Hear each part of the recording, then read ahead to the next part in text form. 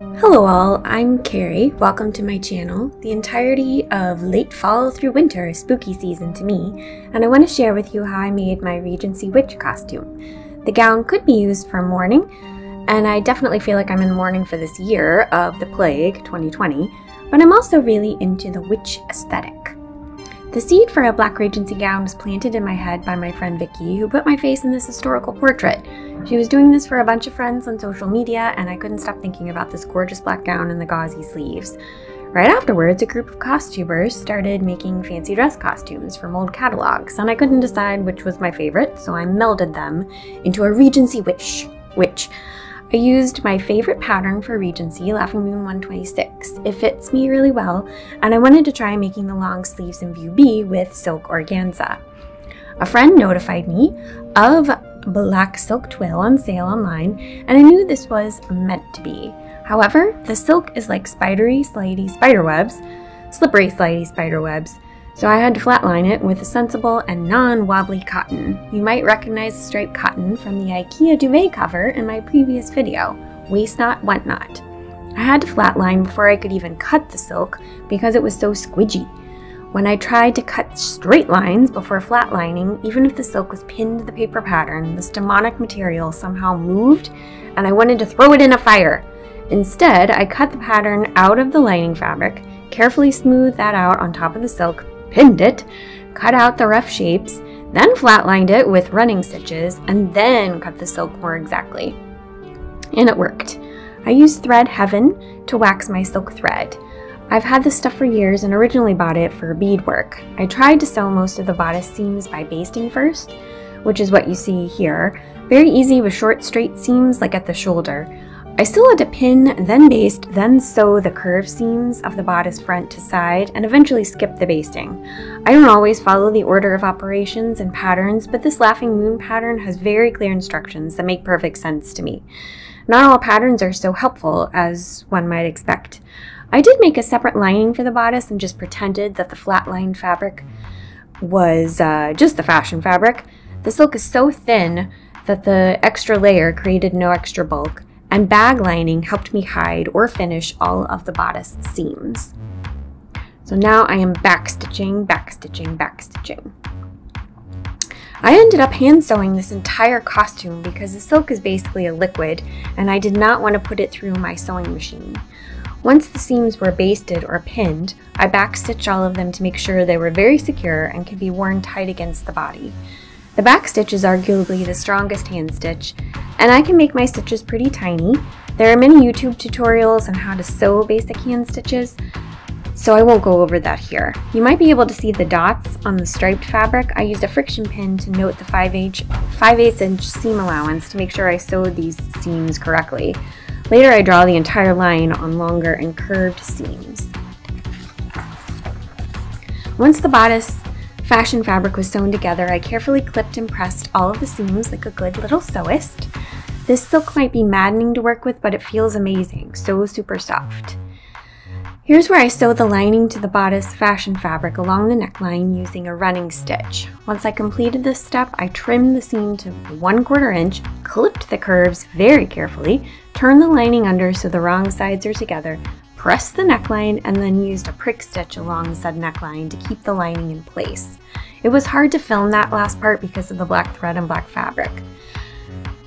The red running stitches here are my gathering sleeves on the threads. I usually like 3, but since I did this by hand, I just did 2. I like to use the halving method to make gathers as even as possible.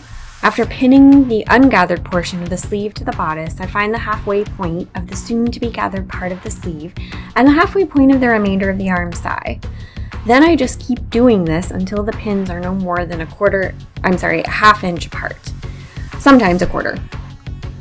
Only then do I pull the gathering threads and secure the ends to the nearest pin.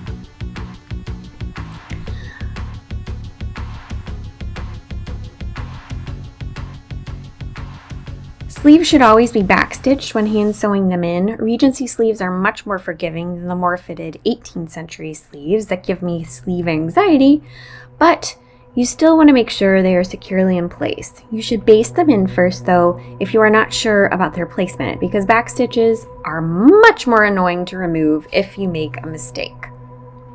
So here I'm checking the lines that I've drawn along the curved arm side to make sure I'm actually back stitching in the right place. And I'm just moving the pleats around to make sure they're even. My cat Emma helped me whip stitch the bib front fashion fabric to the lining. I pinned and sewed the darts after doing this because I wanted to fit the darts on my body rather than using the dart lines in the pattern. I put on the bodice and then pinned the bib front at the top and bottom, and then folded and pinned the darts on myself before prick stitching them down. Emma did not help with the fitting, although she did try.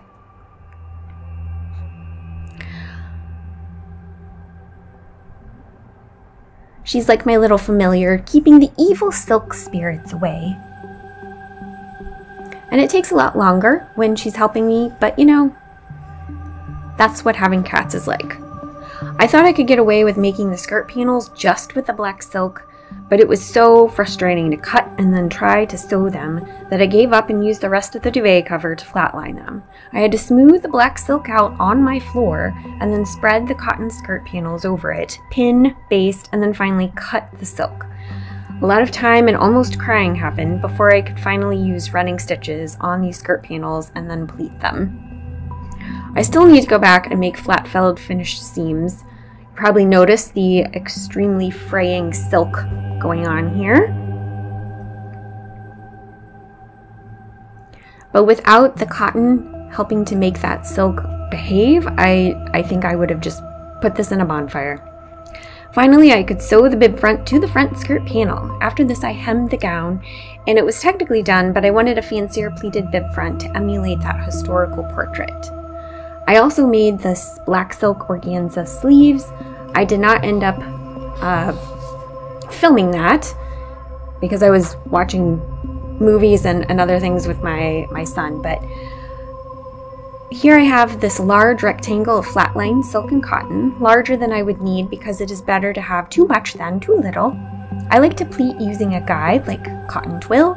I knew the width of the fabric needed to be pleated into 6 inches and marked that on the twill. Then I pinned each end of the fabric to the twill at those lines. I also marked halfway points between those lines and then those lines and so on the twill itself so I could pin the fabric accordingly. Then I pleated the fabric and pinned those pleats down, as you'll see here in a second. But here I am just kind of guesstimating the halfway point when these pleats get really tiny. I didn't make them super tiny, they ended up being a little over a ½ inch apart. I didn't want them to be super tiny because you kind of get the same effect with these larger pleats. And I wasn't sure how this was actually going to look on the bodice. The fabric itself, the fabric rectangle, was way too big, so I had to cut that down because it was having difficulty making nice even pleats, even with the cotton helping me out, until I cut it down a little bit more. Here, I originally thought I would not flatline the silk for this, but as usual it was monstrously uncooperative until I did. I don't mind the extra bulk here though, because I could use some in the bust anyway.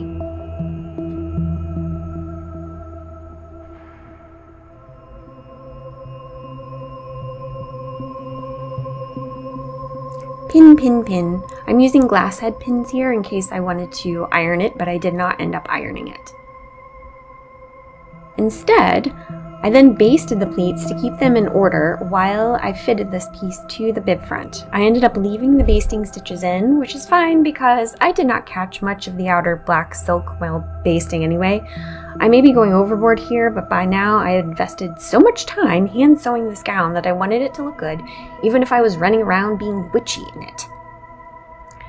Here I am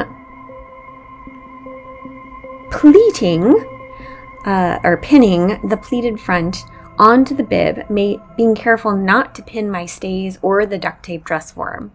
I removed the cotton twill before folding over the pleated front and whip stitching it to the lining of the actual bib front. I I originally thought I might make a black silk Regency bonnet using a Lynn McMaster's pattern, but this was on October 29th and I was running out of time because I wanted to wear this on Halloween Day. So I went with a witch hat on a straw hat base. My straw hat was warped, so I used my steaming iron on the cotton setting and high steam to smooth it out. The straw smelled like a hay bale in the hot summer sun, and I'm surprised I did not melt the plastic thread holding the straw together. Do you see my familiar guarding me from evil silk spirits? To make a pattern for the top and bottom of the silk brim, I simply traced the straw hat brim on wrapping paper and added an inch for seam allowance when I traced it on the fabric. The cone was a little more complicated. I measured the circumference of the crown of the straw hat and added 1 inch for seam allowance, then put the hat on and measured up from there to see how high I wanted it to be.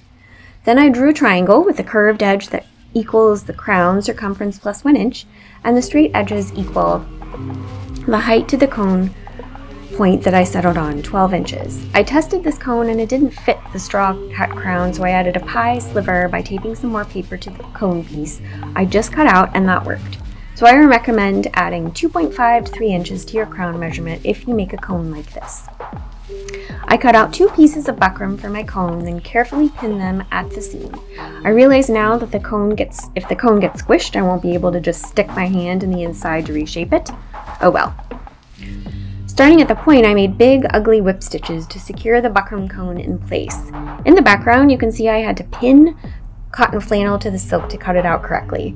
I did end up flatlining the cotton to the silk, which helped control the wibbly wobbliness and also made the finished hat smoother. And the Lynn McMaster's pattern calls for flannel to do the same thing on Regency bonnets, so I feel justified. And I get to use up flannel. It was really awkward to make these whip stitches, and I did my best to use a thimble, but sometimes it got in the way. Here I am smoothing the flatline silk to the buckram cone. At the seam, I folded over the raw edge and awkwardly pinned it, trying not to squish the cone too much. Once it was pinned, I whip stitched it down. It's not perfect, but it's a witch hat and I still love it.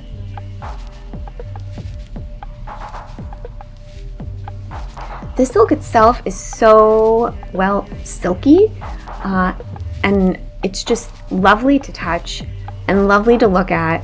It's just not that fun to work with unless you attach it to something like the cotton or something like that to make it easier. I secured the bottom of the cone to the crown of the hat with big running stitches that will be covered by the brim fabric. This part was really rough on my fingers because I couldn't use a thimble and retain the mobility I needed to do this. Oh well. We all suffer for our art, right? I didn't bother cutting out circles of fabric for the top of the brim. Instead, I cut big squares and made tiny holes in the center, then made radiating cuts from there and slid the whole thing over the cone. Then I cut off the flappy triangles around the cone and the excess fabric around the brim edge, again leaving 1 inch for seam allowance, which I folded under and secured with sewing clips so I could prick stitch it in place. This part was easier on my fingers, but I'm not using a thimble here, which I should have been, really. These sewing clips are amazing. I think I got them on Amazon. They're so much easier than trying to pin everything. And when you have a thick hat brim, it's much better to use the clips. They may not be historically accurate, but whatever. I did cut out circles for the bottom of the brim. I pieced the silk so I could use up some of the mistakes from earlier and flatlined it to the flannel. I carefully clipped the folded edges to the brim, and here I am whip stitching it in place. I decided to use a tube of silk for the hat band, which I sewed through the crown so it would have a circle of stitching on the underside to secure the fabric on the underside of the brim. This part I'm just completely making up, but it worked. You can see that it's stitched on the underside there.